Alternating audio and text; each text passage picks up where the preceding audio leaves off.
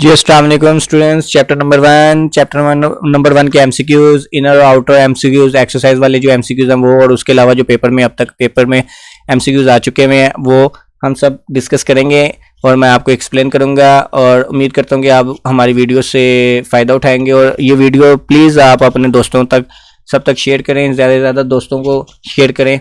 ठीक है, हम आपसे सिर्फ यही डिमांड कर रहे हैं कि आप हमारी वीडियो को शेयर करें ज़्यादा से ज़्यादा दोस्तों के साथ, ताकि हम ज़्यादा लोग देखें और हमें हौसला मिले और हम मज़ीद ऐसी अच्छी वीडियो आपके लिए बना सकें।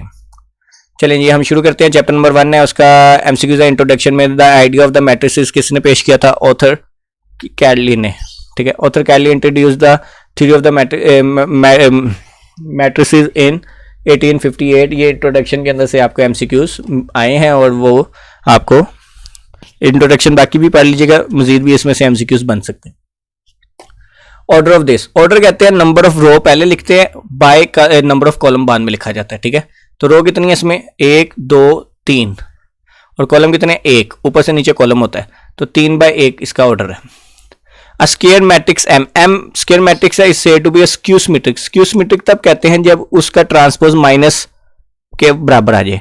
तो इसका अगर एम का ट्रांसपोज लेते हैं और आंसर आ जाता है -1 तो स्क्यू सिमेट्रिक, और अगर उसका ट्रांसपोज लेते हैं और जवाब आ जाता है एम के इक्वल तो वो सिमेट्रिक होता है। ठीक है, ए और ये बी, ए और बी दिया हुआ है आपको, और वो कहता है कि ए बी मल्टीप्लाई करें, तो ए बी को मल्टीप्लाई करने का तरीका क्या है कि 1 को 2 से मल्टीप्लाई, 2 को 3 से मल्टीप्लाई, 6, 2 और 6 8 हो गया, पहला नंबर 8।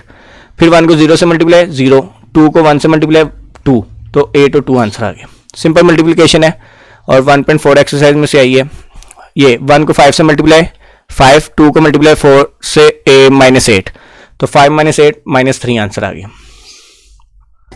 ए है, डिटर्मिनेंट निकालना है। डिटर्मिनेंट निकालने का तरीका ये होता है क्रॉस मल्टीप्लाई करते हैं, ये ए को डी से और बी को सी से, और सेंटर में माइनस फार्मूले का खुद लिखना है, तो ए डी -BC आंसर है।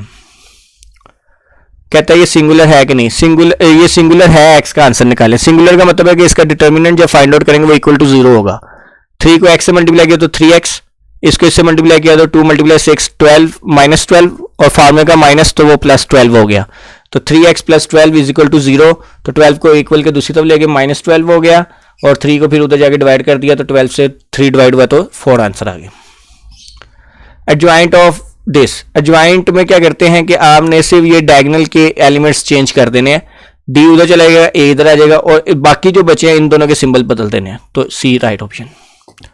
द ऑर्डर ऑफ मैट्रिक्स, इसका ऑर्डर क्या है जी? कितनी रो है इसमें?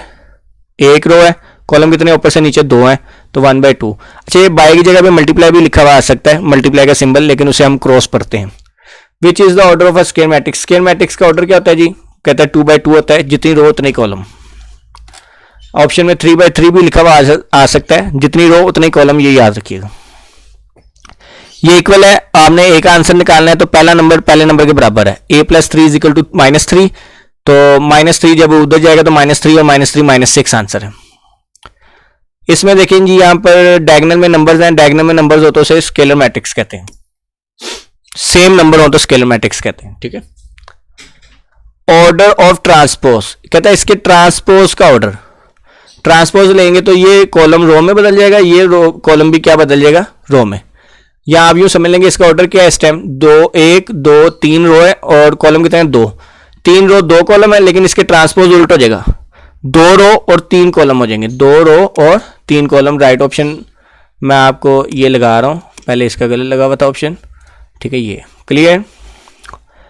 अब ये दोनों इक्वल है, ये इक्वल के दूसरी तरफ जाएगा, उधर जाके ये पूरे का पूरा, ये देखें यहाँ पे प्लस है, उधर जाके क्या हो जाएगा? माइनस। जब माइनस करेंगे तो 1 - -1 तो +2 आ गया, तो इसका राइट ऑप्शन क्या है? 2 2 और 0, और हाँ जी, ये डी राइट ऑप्शन है इसका। इन दोनों को कहता है मल्टीप्लाई करें, x को जब 2 से मल्टीप्लाई किया तो हमारे पास आ गया 2x, और y को इससे मल्टीप्लाई किया तो -5, 2x - y आंसर आ गया।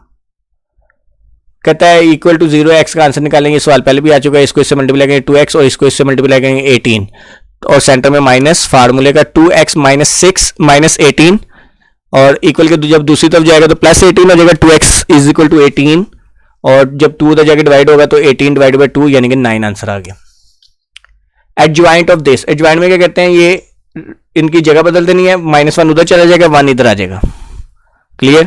और इन दोनों के सिंबल बदल देने हैं, 2 का सिंबल माइनस हो जाएगा, 0 का कोई सिंबल नहीं होता है, इसलिए वो वैसे ही रहेगा। तो ये पहले चैप्टर के एमसीक्यूज थे जो कि बोर्ड के अंदर आ चुके हुए हैं, और ये आपके सामने ये जो टाइम्स लिखे हुए हैं, ये वो टाइम्स हैं जो कितनी कितनी दफ़ा पेपर में सवाल आ चुका हुआ है, ठीक है। तो उम्मीद है कि आपको ये वीडियो अच्छी लगी होगी, और अपने दोस्तों के साथ शेयर करें, और बाकी वीडियोस भी हमने हर चैप्टर की बना के रखी हुई हैं, आप वो भी देखें। और तो इंशाल्लाह आपके एमसीक्यूज जो हैं इनर आउटर सारे हो जाएंगे। लास्ट वाले चैप्टर्स के तो एमसीक्यूज एक्सरसाइज में है ही नहीं, उसके तो सारे एक्सरसाइज के अंदर से आते हैं, तो इसके लिए आपको वो वीडियो देखना बड़ी ज़रूरी है ताकि आपके 15/15 नंबर एमसीक्यूज में पूरे आए। उम्मीद करता हूँ कि आप अपने दोस्तों के साथ शेयर करेंगे। मज़ीद कोई बात पूछनी हो तो स्क्रीन पर हमारा नंबर, व्हाट्सअप नंबर आ रहा है, आप उस पर रब्ता कर सकते हैं, नहीं तो कमेंट सेक्शन में जाके आप वीडियो के नीचे कमेंट करके भी पूछ सकते हैं। अल्लाह हाफिज़।